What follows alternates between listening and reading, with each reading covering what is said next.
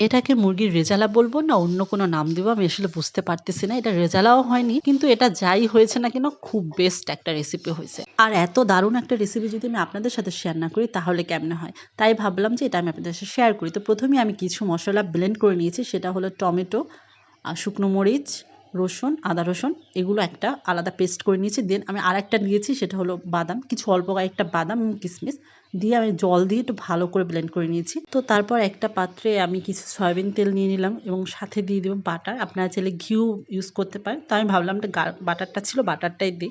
এইটা আপনার মাংসের যে স্বাদ সেটা এত সুন্দর একটা চেঞ্জ আনে এবং এত সুন্দর একটা ফ্লেভারফুল করে যেটা অন্যরকম লাগে। তারপর যখন আ আ বাটারটা আর তেলটা একসাথে মিশে যাবে তারপর দিয়ে দেবো পেঁয়াজ কুচি। এটার ভিতরে একটু পেঁয়াজ কুচি বেশি দিতে হবে।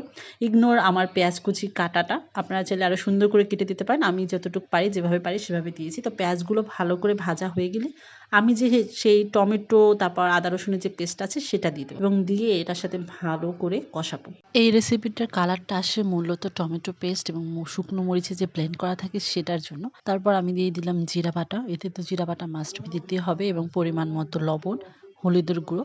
আমি এর ভিতরে কোনো মরিচের গুঁড়ো অ্যাড করব না। এখন শুধু ভালো মতন মসলাটা কষাতে হবে। আমি ভেবেছিলাম রেজালা রান্না করব, কিন্তু এটা রেজালা টাইপ হয়নি।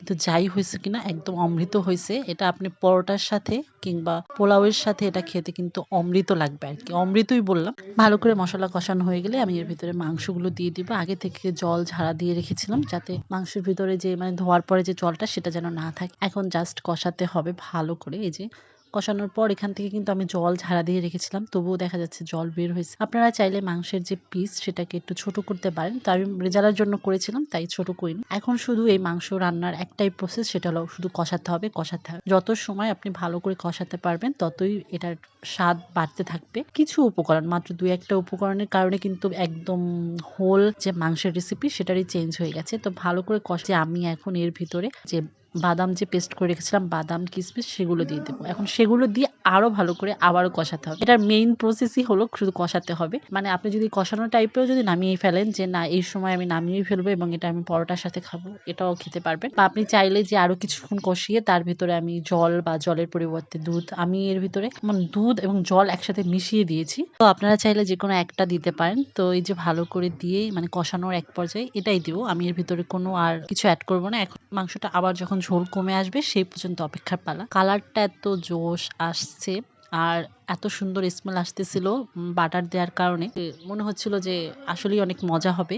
দেন এই যে মাংস কষে আসছে এরপর আমি দিয়ে দিলাম এর ভিতরে আমার বাসায় তৈরি করা গরম মসলা। এই তো ব্যাস এতটুকুই, এর বেশি আর কিছু লাগবে না। দেখুন গ্রেভিটা কি সুন্দর হয়েছে। আমি জানি না এটা রেজালা হয় না, আমি বললামই তো, কিন্তু যাই হয়েছে কিনা এত সুন্দর কালার এবং এত সুন্দর টেস্ট হয়েছে দেখুন। পোলাওয়ের সাথে এবং পরোটার সাথে এটা বেশি ভালো হবে। তো এই ছিল আজকে একটা রেসিপি। কেমন লাগলো জানাবেন। ধন্যবাদ সবাইকে।